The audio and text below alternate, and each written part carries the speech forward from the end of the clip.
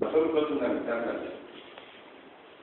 Y pues como técnica de investigación, pues en el modelo Escarabajo, ¿verdad? Tratamos de profundizar lo más que se pudo en el tema. Realmente la tesis propuesta era de 1500 páginas, pero nuestro tutor nos dijo que la bajáramos a 600, por eso tiene 600. Esto nos provoca una situación que tuvimos que recurrir, como ustedes lo tienen ahí en los anexos, a encuestas. Entrevistamos a 54 de los diputados, de los cuales está el presidente de los últimos 5 años del Congreso y el actual presidente. Están 4 de las diputadas, de las cuales 3 se reeligieron, y 26 diputados que se reeligen para ese periodo también. O sea que prácticamente estuvo interesante la muestra para nosotros. Eso es casual, no lo digo que haya sido una cosa adrede, pero realmente fue casual porque cuando hicimos la encuesta pudimos observar que pocos diputados querían hablar en contra de los medios, pero los que lo hicieron realmente nos dieron un elemento bien importante. También recurrimos a entrevistas con 3 medios de comunicación. Un cuarto nunca nos dio la opción para poder entrevistar, son amigos, pero fue muy poco lo que nos aportaron. Los entrevistados, los directores, siempre se negaron a cualquier tipo de influencia mediática, y eso ya es decir mucho. Entonces decidimos manejarla con la poca información, hicimos análisis de cada uno de los editoriales, observamos si efectivamente había algún tipo de influencia y vimos las reacciones, y por eso fue que el método trascendió de esta manera. Ya en lo que es nuestro marco teórico, conceptual, pues nos fuimos a plantear entonces 5 diferentes capítulos. Esta era la aspiración, dentro de los cuales está la política criminal, su evolución desde los orígenes, la política criminal en Guatemala, para hacerla más específica, los medios de comunicación masiva, la argumentación jurídica y los discursos criminológicos, y por último las consideraciones político-criminales y criminológicas respecto a la autoridad. Entonces procedemos con el capítulo número 1, la política criminal y su evolución desde su origen. La verdad es que nosotros nos fuimos a investigar y desde que determinó que desde Mesopotamia, Grecia, Roma, ya se venía empleando diferentes tipos de, si no de derecho, pues sí, de normas que eran de convencimiento general, ¿verdad? Y que prometían ya una política criminal. Si uno se va desde el punto de vista religioso, bueno, pues el primer asesinato fue de Abel y también la primera sanción fue contra Caín, ¿verdad? Que prácticamente lo exilian, le dan el exilio como una sanción penal. No sabemos en ese momento se le definía. Pero nos venimos con el código de Hammurabi, el código de Manú, lo que es la ley de Italión, todos los elementos que venían dentro de la historia, y nos permitieron establecer que junto con la muerte, con la castración, con el exilio, con el emparamiento, con el degollamiento, con el ostracismo, con la esclavitud, se mostraba, se ponía en evidencia desde el principio una teoría del derecho penal del enemigo, un derecho simbólico, un etiquetamiento en muchísimos momentos, y en algunos casos, como en el código de Hammurabi, pues en algún momento se convertía en unas normas retributivas. Aunque se pensara que se quitaba una muerte, pues la muerte se debería compensar, y para nosotros eso no es retribución. Pero lo vamos a ver. Este capítulo tiene un subtítulo, ¿verdad? De los antecedentes de la evolución histórica.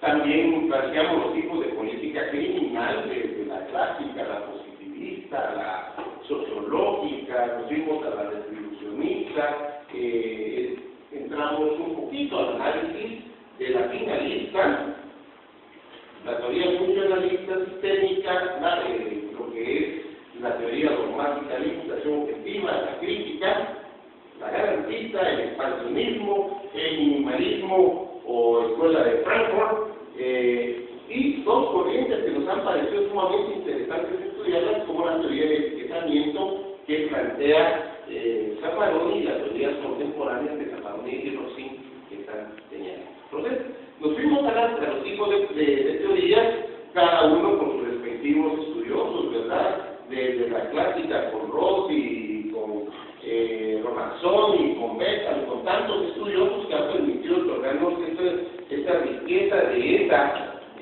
este tipo de teorías. Compartimos, pero que ahí estaba, ¿verdad? Y que señalaba que todo se originaba de Dios, de la naturaleza y de los hombres, pero que no ya fue superada. Luego la teoría positivista y dos corrientes, la neurológica y la sociológica, se logró sufrir y Garófalo, y por supuesto, donde encontramos ya a Ketelet, a Tarde, y tenemos también a Durkheim, entre otros grandes estudiosos que siguieron la sociológica. La teoría positivista sociológica. Después de los mismos, Durkheim, con Becker, Girard, Merton, pues ya ayudarían a definir lo que sería la sociológica propiamente, la teoría sociológica, pero tendrían una especie de grave equivocada al asumir una teoría sociológica de la rotulación, de la desviación social, que de alguna manera, pues sí, tiene sesgo, ¿verdad?, para lo que se pretendía. Y pues ahí toma mucho énfasis la teoría de Roman Jacobs, quien con el derecho penal del enemigo, pues toma mucho auge. Y aquí nos seguimos contando cada una de ellas, la resolucionista de la Iglesia, un resolucionista un poco reconocido, Christian Hager, que planteaba muerte con muerte, la finalista de Welken, la funcionalista con Jacob según Rossin, Zaffaroni señala que fue Durkheim, pero entre otros pues, también tenemos a Niklas Luhmann y a otros, ¿verdad?, que estudiaron en plantearon, definieron este tipo de teoría. Aquí también toma mucho auge la teoría penal del enemigo, el derecho penal del enemigo, la teoría dogmática, que más que teoría de política criminal encontramos como la herramienta fundamental para la investigación, eso lo vamos a hablar después, que se sustenta mucho con Jacobs y con Welten, la teoría crítica que Barata señala que es traída de Marx, y de ahí que surge la teoría del identificamiento, la Lacroix, pues en fin, todas las teorías fueron planteadas no como la sustentación de este trabajo, sino como la sustentación de cualquier trabajo que pretende señalar la política criminal. Y por supuesto la garantista, que es con la que nosotros estamos, del maestro Ferrero. Después encontramos los elementos políticos criminales,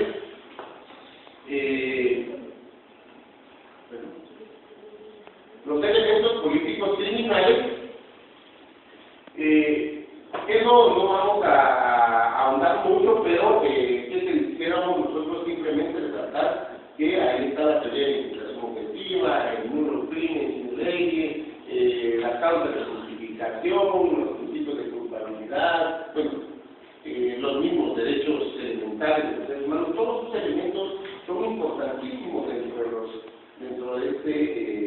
los elementos políticos criminales que no se nos pueden olvidar, y nos hablamos de la concepción de Descartes, que aquí replanteamos, y eso fue lo primero que hicimos, el concepto de política criminal, porque estaba vista como las acciones que se hacen para reducir el crimen. Pero nosotros consideramos que se trata de un conjunto de valores, de principios, que fundamentan esta investigación de delitos y penas y definen las acciones ahora sí, ¿verdad?, para poder combatir el crimen y lograr la paz. Esto es para nosotros ya, en este caso, pues, lo que sería la política criminal integral, donde de veras deben verse involucrados diferentes tipos de delitos. Hicimos una relación entre dogmática penal, criminológica y política criminal, y encontramos que tanto la ciencia del derecho, que se encarga del estudio de los principios, de las normas, como la criminología que estudia los delitos y las formas, y ahora ya la política criminal que hemos definido, tiene una relación íntima. Convive, pero no las podemos separar. Luego, recurriendo a la maestro Juan Carlos Carbonell Mateo, que tuvimos la bendición de tenerlo acá, de poderlo exprimir todo lo que se pudo, pues logramos prácticamente avanzar en el tema de la fundamentación constitucional de la política criminal, y él por supuesto nos obsequió muchos de los documentos que compartimos también en la tesis cuando hablamos de la fundamentación de por lo menos 10 elementos claves, ¿verdad? Los principios de legalidad, de defensa, de inocencia, de intervención mínima, bueno, todo lo que tiene que ver con objetividad, ya todo lo que tiene que ver con que se le garantice a una y a otra parte verdaderamente el derecho. Por supuesto, aquí, pues, digamos, a Villanueva, a Porcina, a Centroni, a Zaffaroni, a muchos otros, pero el fundamento fueron dos, Carbonell, el maestro español y el maestro Manuel Carbonell, que es mexicano también. Entonces, no son colombianos. Luego nos fuimos a los problemas actuales para la política criminal. En este caso nos fundamentamos principalmente en Roxin. Él nos refiere, ya en el año 2000, nos refiere en una conferencia internacional que 3 son los peligros de los problemas actuales de la política criminal. Y lo curioso es que después de 2 años siguen siendo esos 3 los más importantes. El primero, pues, la situación de un expansionismo, de un gigantismo penal que se está notando en casi todos nuestros países en Latinoamérica. No sé Europa, pero sé que aunque ya están reduciendo las penas, pues en algunos países también se está mostrando esta situación. El endurecimiento de las penas. Ahora se piensa que entre más dura sea la sanción de la psicológica, ¿verdad?, ejemplar, menos posibilidades hay que la gente vuelva a mentir, y ya vamos a ver el caso de la ley de feminicidio en Guatemala, realmente ha demostrado que todo lo que hay. Y la influencia de diversos sectores. Aunque el maestro Roxin no nos decía cuáles eran exactamente los sectores, nos decía sectores exógenos.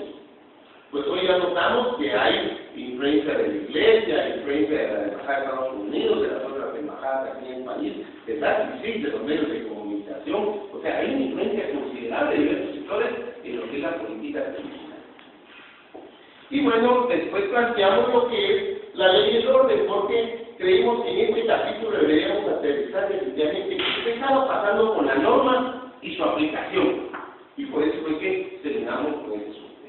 Eso nos lleva hacia el capítulo 2, la política criminal en Guatemala. ¿Qué pasa en Guatemala? Yo les quiero contar con tristeza, me siento orgulloso de ser guatemalteco, pero cuando uno revisa la historia y observa que desde la misma época de los mayas ya teníamos una política criminal simbólica y de derecho penal del enemigo, uno dice, pero ¿qué estamos reinventando? Nada. Todo se está repitiendo. Lo mismo que ocurrió en las anteriores civilizaciones desarrolladas, pues fue acá. Derecho penal del enemigo, el simbolismo, derecho natural aplicado, ¿verdad?, y la ley de talión. Esas fueron las bases fundamentales de nuestra política a origen, pero que se modificó un poco ya por la conquista.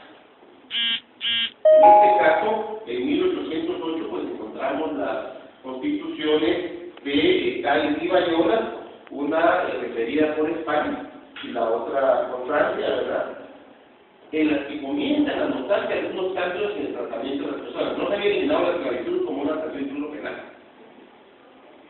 No se había eliminado el feudalismo como una sanción incluso penal y de propiedad, ¿verdad?, sino se comienza a considerar ya algunos elementos importantes para romper esa hegemonía del derecho penal del enemigo. En este caso, pues la Constitución Política de la República, que es el fundamento conforme el maestro Carbonell, y tengo la impresión que todos los penalistas sabemos que está la base de la política criminal, nos señalaba que lo más importante era lo que se señalaba en nuestra Constitución Política de la República, y al respecto la Corte de Constitucionalidad señala en el artículo 18 de la Constitución Política de la República, se refiere a la pena de muerte, que efectivamente acá, en la Constitución de la República, yace la política criminal del país, la sustentación, y que de ahí deberá desprenderse dice, ¿verdad? Hay acuerdos internacionales que ya prohíben la pena de muerte, y aunque la Constitución lo señale, nosotros tenemos de que aplicarse de acuerdo internacional, y ahí se marca ya la primera fundamentación de la política criminal en el país. Observamos que desde el artículo 4 hasta el artículo 33 se encuentran todos los elementos de política criminal. La libertad de igualdad, encontramos la libertad de acción, la detención legal, la notificación de la causa de detención, los derechos del detenido, el interrogatorio de los detenidos, todo el procedimiento fundamental para una política criminal en la Constitución Política de la República. Claro, los artículos 12 que habla de derecho de defensa, del debido proceso, de elementos que son fundamentales para cuando se quiere actuar adecuadamente dentro del marco de la ley. Clave el artículo 46 que dice que todos los convenios internacionales en materia de derechos humanos tienen superioridad o están al mismo nivel que la Constitución de la República. Superioridad en materia de las leyes específicas, ¿verdad? Pero no en materia de la Constitución. Entonces nos permite enriquecer más todavía nuestra política de aplicación criminal. Esta Constitución es una de las mejores constituidas, 271 artículos con 27 artículos que pues nos permiten ampliar un poquito la consideración, ¿verdad?, de análisis, pero ya hay intentos, este año había intentos para reformarla hasta el día lunes de la semana pasada, no sé si estaba usted en el país. El gobernante anunció que iba a retirar esos 1.000 millones que había decidido involucrar para cambiar la Constitución para ayudar a la gente que había sido afectada por el terremoto en 1901. Con eso se termina el tercer proyecto de este gobierno por cambiar leyes, ¿verdad? Incluyendo la impunidad, la punibilidad para los menores de 12 años. O sea, ya están marcando eso. ¿Qué pasa con el tema de la nueva criminalización? Repetimos lo que dice el maestro Roxin y le añadimos otros. Primero el estacionismo, definitivamente. Hay el estacionismo penal, que ustedes lo van a notar, es increíble. Aquí en Guatemala, de verdad, se ha penalizado todo.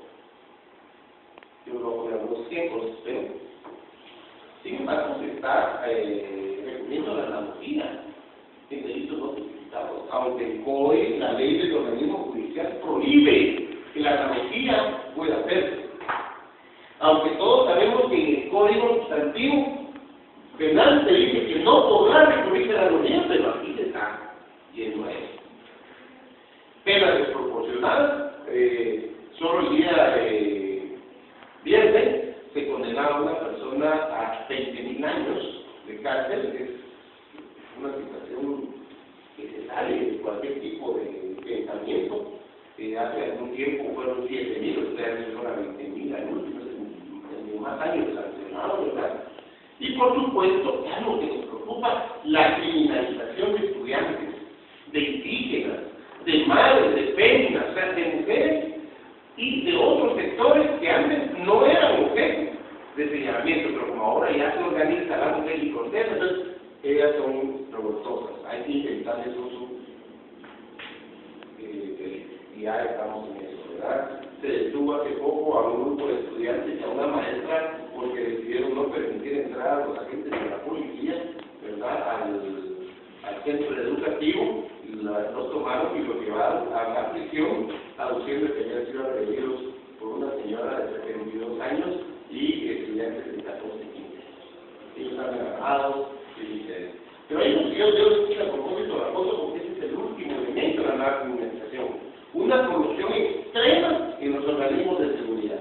Gente que la podemos encontrar o tirada en algunos lados o descansando mientras los delincuentes están en cualquier parte del país. Por supuesto, esto es un aporte personal, el diagrama de flujo, como la política criminal se ve afectada, permeada por algunos sectores. Sabemos quién la define, ¿verdad? El organismo del Estado, legislativo, ejecutivo. En algunos casos puede corregirla y inventarla la Corte de Constitucionalidad. Cómo se difunde debe ser a través del diario oficial, ¿verdad? Pero comunicación masiva, porque el medio oficial casi que nadie lo observa, lo analiza. Tenemos quienes lo aplican, bueno, está también los tribunales, el Ministerio Público, la Defensoría Pública, la Policía Nacional, el Presidio. Hay muchas instituciones, la Seguridad General de la Nación, muchas instituciones que deben aplicar esas políticas criminales. Pero con la evolución de la política criminal ya está, entonces vamos a notar que ya no solamente se aplica por ellos, porque ahora los vecinos deciden refugiarse, ponerle más luz a sus colonias, ¿verdad? Poner cercas, y eso ya es política criminal, porque lo que están haciendo es erradicar de su sector lo que es el crimen, o sea, están controlando más. Iluminar un mercado ya es política criminal, o sea, ya eso nos permite ver desde otro punto de vista más genérico esta situación. Y de ahí que entonces incluían muchos sectores para definir la política criminal. Los medios de difusión, las iglesias han sido increíbles el soporte que ha tenido la Iglesia Católica y la Iglesia Evangélica en favor de que se formule 102 leyes, lamentablemente se llamaron el grupo G4, pero nunca lograron mayores acuerdos. Ellos señalaban la creación de un ministerio de seguridad y no lo que tiene la actualidad militarizado para que haya un ministerio del interior. Sectores populares y grupos de presión que señalan cómo eso, bueno, quisieran que se apliquen las penas que hacen. Mujeres, políticos, sindicalistas, la Comisión Internacional contra la Economía de Guatemala, el gobierno de Estados Unidos y por supuesto el ejército. Un temido éxito ahora porque Guatemala ha entrado nuevamente a la senda militar. O sea, ya estamos desde enero que toma el gobierno actual nuevamente en esta cuestión que no provocó una guerra de 36 años, la década de los 60. ¿Y a quiénes afecta? Pues ahí está lo triste, ¿verdad? Que nos afecta a todos, aunque no todos tengamos realmente que ver dentro de esa decisión de la política. Esto nos lleva a un análisis de lo que son los medios de comunicación masiva ya de forma específica, porque es uno de los sectores que influye, entonces queremos saber hasta dónde influyen estos medios de comunicación. Los medios de comunicación se desarrollan desde el principio de la humanidad, desde que se logra algún tipo de comunicación, pero realmente tienen dos fundamentos, la tecnología y la opinión pública. Y la tecnología no entendida como la informática necesariamente, o la tecnología del mundo, sino entendida como cualquier extensión humana, ¿verdad?, para poderse comunicar. En este caso, pues un lápiz, un papel, ¿verdad?, ya son parte de ese concepto que se debe considerar como tecnología. Y de ahí, de la escritura, de la imprenta, de la invención de la radio, del cine, de la televisión, de grandes y veloces imprentas y ahora de la web, de internet, pues entonces la comunicación anual. Pero la tecnología no es suficiente. Tiene que ir acompañado de otros elementos que se llaman opinión pública. Y la opinión pública la manejan los medios de comunicación. Y eso se ha estudiado a través de diferentes instituciones internacionales, ¿verdad?, y nacionales, que han permitido señalar que efectivamente la influencia mediática existe en la opinión pública. La opinión pública, ¿verdad?, entendida como el producto de todas las concepciones que se tienen sobre un mismo hecho en la comunidad o en la nación. Junto con este tema de desarrollo mediático, pues, se nos ocurre pensar que es importante señalar quiénes han estudiado tanto el desarrollo mediático como la influencia mediática. Y entonces planteamos las tres corrientes tradicionales. La corriente estructuralista, primero la funcionalista, la estructuralista y la corriente del materialismo histórico. La primera, propuesta por Harold Arthur, quien señala que el proceso de comunicación debe desarrollarse entre el emisor y cada sector tiene un mensaje, un contexto, un canal, ¿sí? O sea, señala toda una estructura, pero es funcionalista porque dice cada uno de estos tiene una función. Es un emisor, traslada la información, sí, ¿con qué propósito? ¿Verdad? Y entonces de ahí surge una frase de que dice quién dice qué, con qué propósitos. Y le hace énfasis a quién dice qué. Fíjense que este es un elemento que vamos a repetir. Dentro de estos estudios también está Bernard Perton, Roman Jacobson, Paul Alpert, o sea, muchos estudiosos que enriquecieron esta corriente. Quiero referirme rápidamente a Bergson, quien nos permite el análisis de contenido, que es uno de los elementos dentro de nuestro trabajo. Ya con el estructuralismo, pues encontramos gente un poco más conocida, Humberto Eco, ¿verdad? Hacedor de numerosas películas, El nombre de la rosa y otras películas que se han producido, pero él realmente es un semiólogo estructuralista que lo que nos permite es entrar al análisis semiológico, es decir, bien, hay que separar todos los elementos, las unidades intermarcadas para las frases, para interpretar cuál fue la intención del sujeto que describe. Se originan con Ferdinand de Saussure, que es prácticamente quien genera la escuela estructuralista, es un lingüista, ¿verdad? Y también tienen que ver Jacques Kaiser y Violet Morin, quienes se encargan de hacer algo que también compartimos con ustedes ahí, ahí van a aparecer los cuadros, que esto es un análisis hemerográfico en el cual se cuentan todos los periódicos, se cuentan todos los editoriales, se cuentan todos los artículos y los titulares y después se comienza la analización. Después tenemos el materialismo dialéctico, en el cual pues encontramos a sociólogos como Edgar Morin, encontramos a Armand Matelar y encontramos también a Magnus Stenberger, quienes son los tres mayores exponentes de esta corriente, y estos tres lo que nos dicen es, y por cierto que es una corriente de análisis conceptual muy completa, pero en este caso nos fuimos por el análisis de la corriente estructural funcionalista, que era lo que más nos hacía eco de lo que estábamos hablando. Con relación a la teoría de la comunicación, las tres corrientes, el funcionalismo, el estructuralismo y el materialismo dialéctico, prácticamente nos han señalado que hay influencia mediática, pero la que más ha existido es el funcionalismo. Y ellos nos dicen, miren, hay una influencia en la cual los medios tienen a tallar ciertas cosas. A esa se le llama espiral del silencio. Y con base a esa específicamente, nosotros comenzamos a avanzar.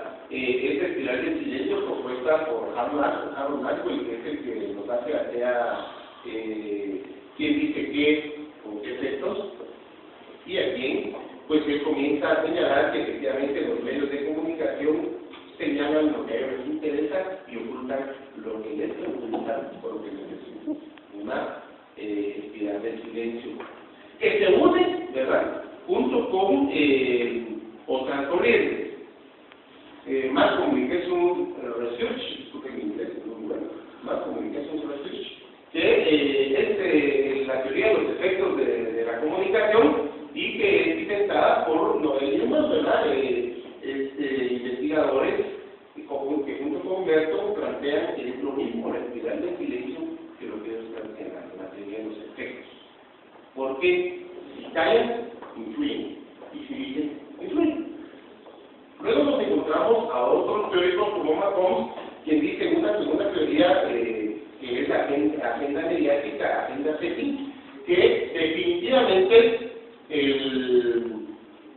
los medios de comunicación traen a su agenda informativa únicamente lo que le interesa a sus dueños, a quienes les interesa, y no todo lo demás. Estas dos para nosotros son fundamentales. Luego, la tercera, de los efectos en las audiencias, diferente a la teoría de los efectos en los medios de comunicación, inventada por Newman, Merton y Langwell, esta la inventa Karl Fowler, que señala que efectivamente donde más influencia tienen los medios es en los públicos, en la gente que les lee. Y vamos a ver que aquí hay 4 medios diferentes del según de proyección. La cuarta teoría que también empleamos es la teoría de la construcción simbólica. Esta es de Bourdieu, quien nos señala que efectivamente los medios de comunicación, así como casi todas las actitudes humanas, son símbolos, es parte del símbolo. Y con eso, pues fueron las 4 fundamentales de las teorías de la comunicación que tomamos, pero aparte pues aparecen otras que también están dentro de la comunicación, como la teoría ancestral, la de usos y gratificaciones, la algorítmica, la conspiración, muchas otras que dentro de nuestro análisis referimos.